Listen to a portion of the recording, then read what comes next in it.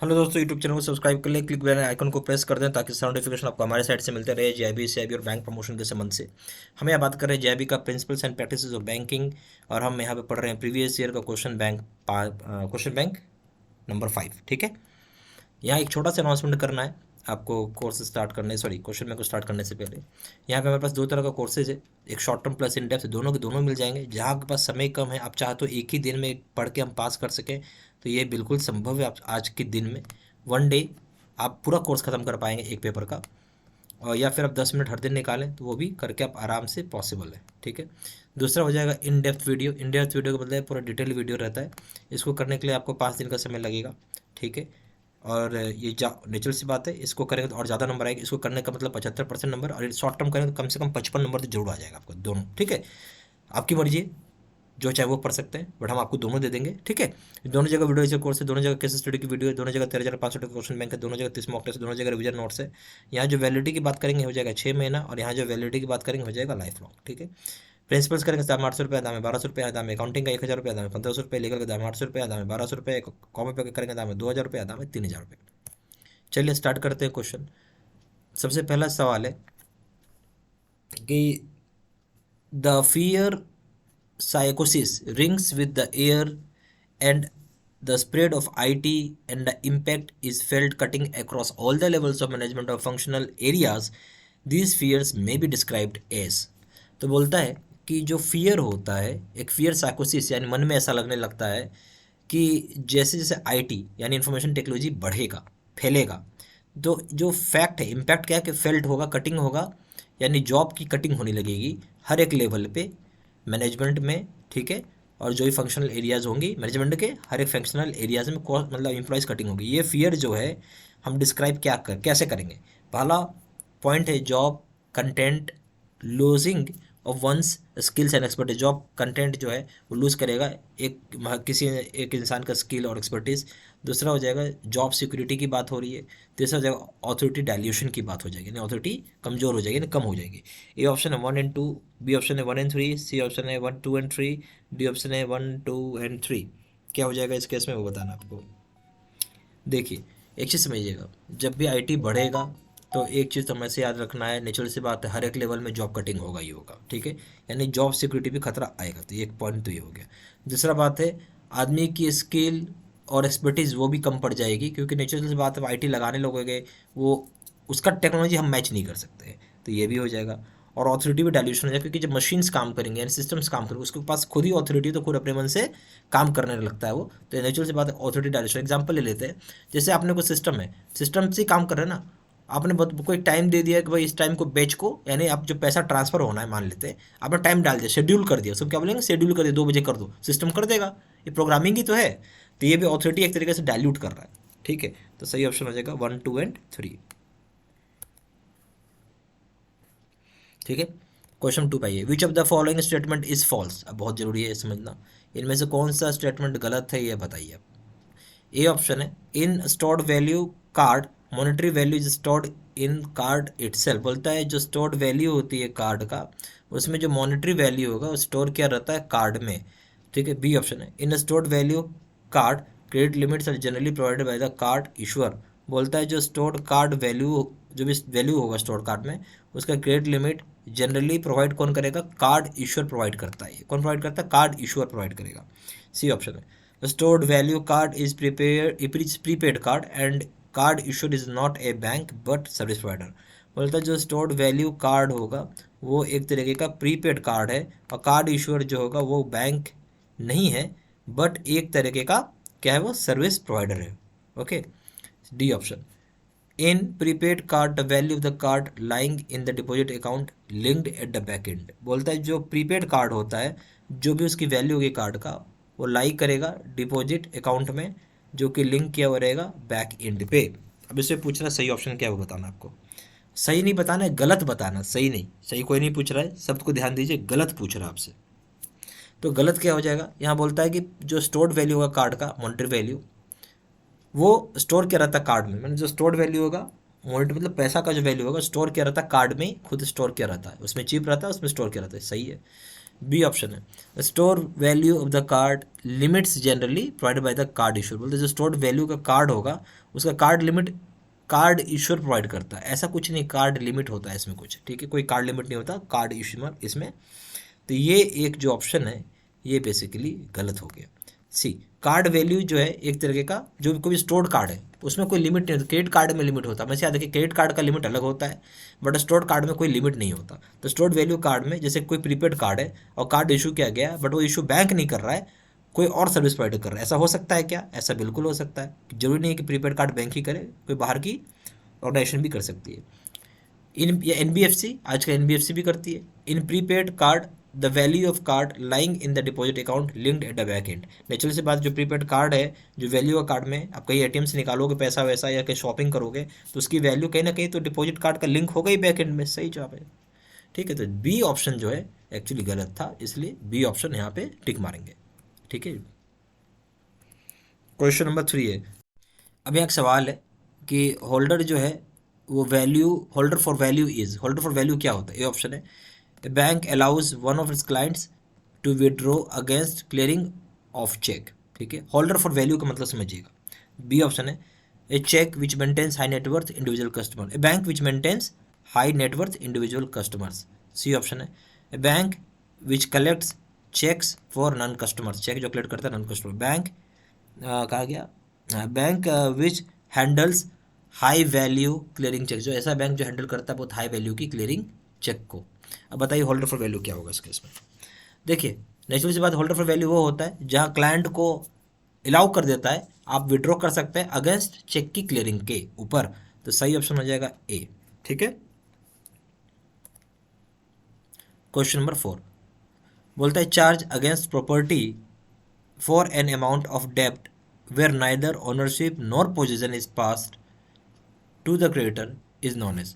बोलते हैं एक तरह का आप चार्ज क्या करो, क्रिएट कर रहे हो किसके ऊपर? अगेंस्ट कोई प्रॉपर्टी है उसके ऊपर जहां अमाउंट डेब्ट यानी लोन के अमाउंट के ऊपर जहां पे ना तो ओनरशिप ही ट्रांसफर हो रहा है ना ही उसका पोजीशन पास हो रहा है किसको? क्रेडिटर को। क्रेडिटर मतलब जो लोन दिया आपको, इस तरह की चीज़ को क्या बोले? यानी समझो बात, ओनरशिप भी पास नहीं होता है ना ही पोजीशन पास होता है। प्लेज, प्लेज में क्या होता है?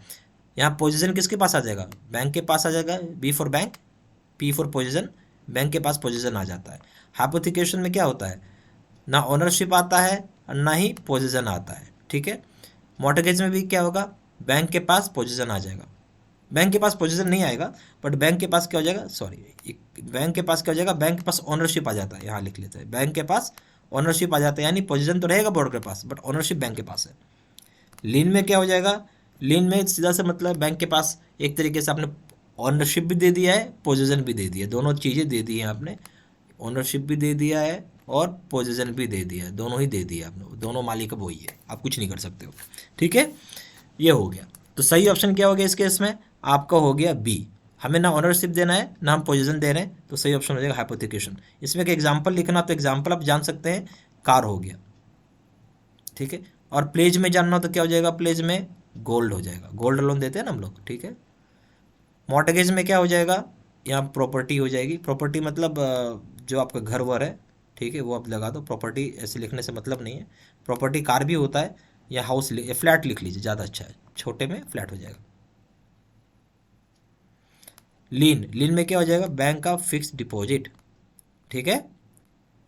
सही ऑप्शन हो गया बी, ओके। क्वेश्चन 5 में ये which among the following is false statement. अब बोल रहा है क्या इनमें से जो फॉल्स स्टेटमेंट है आपको वो बताना होगा। ये ऑप्शन है signature of the payee or endorsee for negotiation of cheque is called endorsement. यहाँ बोलते हैं जो सिग्नेचर होता है पेई का या फिर इंडोर्सी का, जहाँ आप नेगोशिएशन कर रहे हैं चेक के ऊपर, उसको हम क्या बोलेंगे? उसको हम, ठीक है, यहाँ पे बोला इंडोर्समेंट, उसको हम बोलेंगे। बी ऑप्शन है endorsement can be only on the back side or separate sheet of the paper called allonge. बोलता है क्या इंडोर्समेंट जो होता है केवल केवल आप कहाँ कर सकते हो भाई? बैक साइड पे आप कर पाओगे या सेपरेट शीट पे कर पाओगे पेपर का, उसको हम क्या बोलेंगे? एलोंज बोलेंगे, okay. C option. Cheque can be endorsed for any number of times, कि जितनी मर्जी उतनी बार चेक को आप क्या कर सकते हो? इंडोर्स कर सकते हो। डी ऑप्शन है endorsement is possible on the bill of exchange, कहाँ होगा पॉसिबल? सिर्फ बिल ऑफ एक्सचेंज में होगा, प्रोमिसरी नोट में होगा और चेक में होगा। ठीक है, अब इसमें से पूछा गलत क्या है वो बताओ, सही नहीं पूछ रहा, गलत है वो बताना आपको। ठीक है, अब देखते हैं। बोलता सिग्नेचर जो पेई का होगा या इंडोर्सी का होगा। नेगोशिएशन का क्या मतलब होता है? नेगोशिएशन का क्या मतलब होता है? नेगोशिएशन का मतलब होता है ट्रांसफ़र के लिए। ठीक है, नेगोशिएशन का क्या मतलब है? ट्रांसफ़र कर रहे हैं पैसा को। ठीक है, तो बेसिकली ट्रांसफ़र करना है तो वहाँ सिग्नेचर ऑफ पे या इंडोर्सी चाहिए चेक के ऊपर, इसको हम क्या बोलेंगे? इंडोर्समेंट बोलेंगे। बिल्कुल सही है ये जवाब। ठीक है, बी ऑप्शन में ये बोलते हैं इंडोर्समेंट केवल और केवल बैक साइड पे होता है, एक सेपरेट पेपर पे आप कर सकते हैं, जो कि ये गलत है। क्या है? जो कि ये बिल्कुल गलत है, सी ऑप्शन में आइए। उसके बाद बोलता है कि चेक जो है उसको इंडोर्स हम कर सकते हैं, जितनी मर्जी उतनी बार कर लो चेक को इंडोर्स, आप जितनी चाहो उतनी बार चेक को क्या कर सकते हो? इंडोर्स कर सकते हो। क्या ये जवाब सही होगा? इसमें समझना है, चेक को हम जितनी मर्जी उतनी बार इंडोर्स कर सकते हैं। क्या जवाब सही है? बिल्कुल सही है। ठीक है, क्वेश्चन नंबर डी है endorsement is possible on the bill of exchange, promissory note and cheque. ये भी सही है। इंडोर्समेंट आप कहाँ कर पा रहे हो? बिल ऑफ एक्सचेंज पे, प्रोमिसरी नोट पे और चेक पे। सारी जो बातें सही हो गई आपकी। ठीक है, तो गलत क्या था? बी ऑप्शन गलत था। ठीक है, तो इसका बी हो जाएगा। क्वेश्चन नंबर 6 पे आइए। Which of the following endorsement match their description? Pay to X rupees 10,000 and Y rupees 2,000, cheque as of rupees 12,000। Partial endorsement हम बोलते हैं इसको। बी ऑप्शन है pay to X only restricted endorsement है। ठीक है, pay to X when he returns from UK conditional endorsement हम बोलेंगे इसको। Pay to X without my responsibility sans recourse endorsement बोलते हैं इसको। तो अब इसमें पूछ रहा है कौन सा इंडोर्समेंट मैच कर रहा है किसके साथ। ठीक है, तो यहाँ आप देखेंगे जब पे करेंगे एक्स को 10,000 रुपीज़ और वाई को 2,000 रुपीज़, चेक था 12,000 रुपये का, चेक क्या था? 12,000 रुपीज़ का था। इसको हम क्या बोलेंगे? इसको हम बोलेंगे पार्शियल इंडोर्समेंट हम बोलेंगे इसको। ठीक है, चेक भले 12,000 रुपये का था बट एक आदमी को तो पूरा मिला नहीं, एक्स को मिला 10 और एक वाई को मिला 2,000। ठीक है, एक्स को मिला 10,000, वाई को मिला 2,000। ए ऑप्शन सही है। ठीक है, question number 7, which of the following is not the level of product? अब यहाँ बोलते हैं यहाँ पे कौन सा जो है वो लेवल नहीं है प्रोडक्ट का। ए ऑप्शन है potential product, B option augmented product, C option product line, D option expected product. तो सही ऑप्शन क्या हो जाएगा इस केस में? इस केस में हो जाएगा आपका एक्सपेक्टेड प्रोडक्ट हो जाएगा। क्लियर हो रहा बात? सॉरी, यहाँ एक्सपेक्टेड नहीं होगा, यहाँ पूछ रहा कौन सा लेवल नहीं होगा प्रोडक्ट का, not the level of the product. Basically expected product एक लेवल होता है प्रोडक्ट का, ऑगमेंटेड प्रोडक्ट भी लेवल होता है प्रोडक्ट का, पोटेंशियल प्रोडक्ट भी एक तरह का लेवल होता है। तीनों क्या है? हम बात कर रहे हैं लेवल है प्रोडक्ट का, बट यहाँ पूछ क्या रहा था? कौन लेवल नहीं है, तो प्रोडक्ट लाइन लेवल नहीं होता। ठीक है, सी ऑप्शन। क्वेश्चन नंबर 8 हो जाएगा। Government security is the security which is issued by government to raise a public loan and issued in the form of. Government security जो होता है एक तरह का सिक्योरिटी है जो कि इशू करता है वहाँ की सरकार यानी गवर्नमेंट, ताकि पैसा पब्लिक से उठा सके, और इशू करती है इन फॉर्म ऑफ क्या? ये ऑप्शन है। पहला पॉइंट है बियर नोट बॉन्ड्स, दूसरा पॉइंट है प्रोमिसरी नोट, तीसरा पॉइंट है स्टॉक सर्टिफिकेट्स। क्या होगा इसको बोलेंगे? ठीक है, ये पूछ रहा आपसे। तो यहाँ हो जाएगा ऑप्शन 1 एंड 2, बी ऑप्शन है 1 एंड 3, सी ऑप्शन है 2 एंड 3, डी ऑप्शन 1 2 एंड 3। देखिए गवर्नमेंट सिक्योरिटी जब भी, गवर्नमेंट सिक्योरिटी भी एक तरह का सिक्योरिटी है, और सरकार अगर इसको राइज करती है पब्लिक लोन लेने के लिए, पैसा पब्लिक से लेती है, इशू किस प्रकार से करेगी? तीनों प्रकार से कर सकती है, बियरल बॉन्ड से भी कर सकती है, प्रोमिसरी नोट दे के भी कर सकती है, और स्टॉक की सर्टिफिकेट दे के भी कर सकती है। सही ऑप्शन हो जाएगा इस केस में 8 का डी। क्वेश्चन नंबर 9 है the mechanism for pooling resources from public by issuing units to them and investing the fund so collected in securities in accordance with the objectives disclosed in a document is called.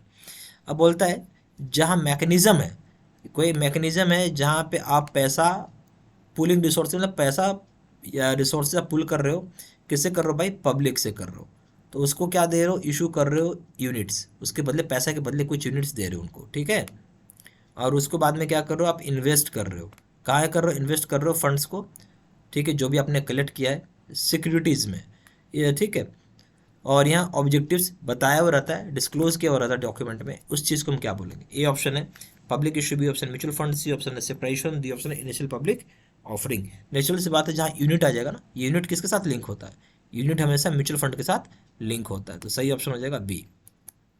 Question number 10 भाई, a post dated cheque is return by the bank without payment because the bank is expose to the following risk. बोलता है कि एक तरह का जो post dated check था वो रिटर्न कर दिया गया बैंक के द्वारा बिना पेमेंट किए हुए, ठीक है। और ऐसा इसलिए किया गया, क्यों किया गया? बिकॉज बैंक जो है वो बोलता है कि एक्सपोज हो रहा है फॉलोइंग रिस्क के साथ। क्या रिस्क है? पहला ऑप्शन है customer dies before the date of the cheque, customer पहले ही मर गया जिस डेट को, मतलब चेक की डेट से पहले, ठीक है। बी ऑप्शन है आपका, बोलता है जो cheque if garnishee order received before the date of the cheque, बोलते हैं जो गारनेसी ऑर्डर जो है अगर रिसीव हो जाता है हमें, ठीक है, डेट जो चेक का उससे पहले। सी ऑप्शन है if payment is stopped by the drawer before date of cheque, बोलता है जो पेमेंट है अगर वो स्टॉप कर दिया जाता है ड्रॉअर के द्वारा, ठीक है, बिफोर डेट ऑफ चेक का, उस केस में। डी ऑप्शन है if another cheque is return for insufficiency of fund, बोलता है अगर दूसरा चेक जो है वो रिटर्न कर दिया जाता है इनसफिशिएंसी ऑफ फंड के लिए after post dated of cheque का। अब इसमें बताइए कौन सही कौन गलत है। तो इसमें क्या बोल रहा है, पोस्ट डेटेड चेक था, बैंक ने उसको रिटर्न कर दिया, ठीक है, क्योंकि बैंक को कुछ फॉलोइंग रिस्क लग रहा है। तो इसमें जो सही मतलब इसमें जो हो जाएगा वो क्या होगा आपको बताना होगा। तो देखिए बोलता है कि यहाँ कस्टमर हो सकता है मर गया हो, मर गया है चेक इशू करने की डेट से पहले, तो ये भी एक बात सही हो सकता है, इस केस में लौटा देगा। फिर है अगर कहीं कोर्ट गार्नेसी ऑर्डर, मतलब है कोर्ट का ऑर्डर, गार्नेसी ऑर्डर क्या होता है? कोर्ट का ऑर्डर हो गया,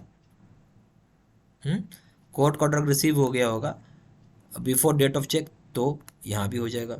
सी ऑप्शन है अगर पेमेंट स्टॉप कर दिया गया ड्रॉअर के द्वारा चेक की डेट से पहले, तो भी हो जाएगा। ये तीनों ऑप्शन सही है, यहाँ A B C are correct.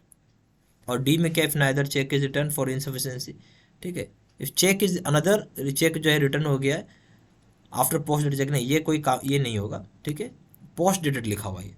तो सही ऑप्शन था A B C are correct question. अब यहाँ पे आते हैं, अब यहाँ देखिएगा तो यहाँ पे आपको दो तरह के कोर्सेज हम लोग प्रोवाइड कर रहे हैं।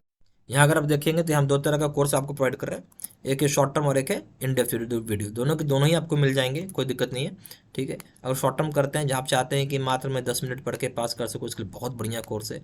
या आप चाहते हैं कि एक ही दिन में मैं पूरा कोर्स कंप्लीट कर सकूँ, उसके लिए भी बहुत ही अच्छा है। और इसको पढ़ने का मतलब है कि आराम से 55% आप नंबर ला पाएंगे एग्जाम में, ठीक है। और दूसरा जो है हमारा इन डेप्थ वीडियो है, इसको पढ़ने के लिए आपको मोटा मोटी 5 दिन का समय लगेगा, थोड़ा डिटेल्ड ज़्यादा होता है, ठीक है। इसको अगर आप करते हैं तो ये मान के चलिए कि यहाँ से आपको आराम से 75% नंबर आपको आने की चांसेस रहती है। दोनों जगह वीडियो लेक्चर कोर्सेज है, दोनों जगह केस स्टडी का वीडियो, दोनों जगह 13,500 क्वेश्चन बैंक है, दोनों जगह 30 मॉक टेस्ट, दोनों जगह रिविजन नोट्स है। यहाँ पे जो अंतर है वो अंतर है सिर्फ वैलिडिटी को लेके, यहाँ पे 6 महीने की हो जाती है और यहाँ पे लाइफ लॉन्ग हो जाता है। अगर आप देखेंगे प्रिंसिपल्स का दाम है 800 रुपये, 1200 रुपये, अकाउंटिंग का दाम 1000 रुपये, 1500 रुपये, लीगल का दाम 800 रुपये, दाम है 1200 रुपये, कॉम्बो पे का दाम है 2000 रुपये, दाम है 3000 रुपये। ज़्यादा जानकारी के लिए फ़ोन भी कर सकते हैं, फ़ोन नंबर हो जाएगा 4 टाइम्स 9685127, दूसरा नंबर है 7827546946। वेबसाइट पर जाकर डायरेक्टली ऑनलाइन ऑर्डर प्लेस कर सकते हैं, वेबसाइट हो जाएगा www.jbstudymaterial.com, ईमेल आईडी हो जाएगा seedsena123@gmail.com। Thank you. और ये सारी इन्फॉर्मेशन मैंने इसी वीडियो के डिस्क्रिप्शन बॉक्स में भी डाल दिया है। Thank you.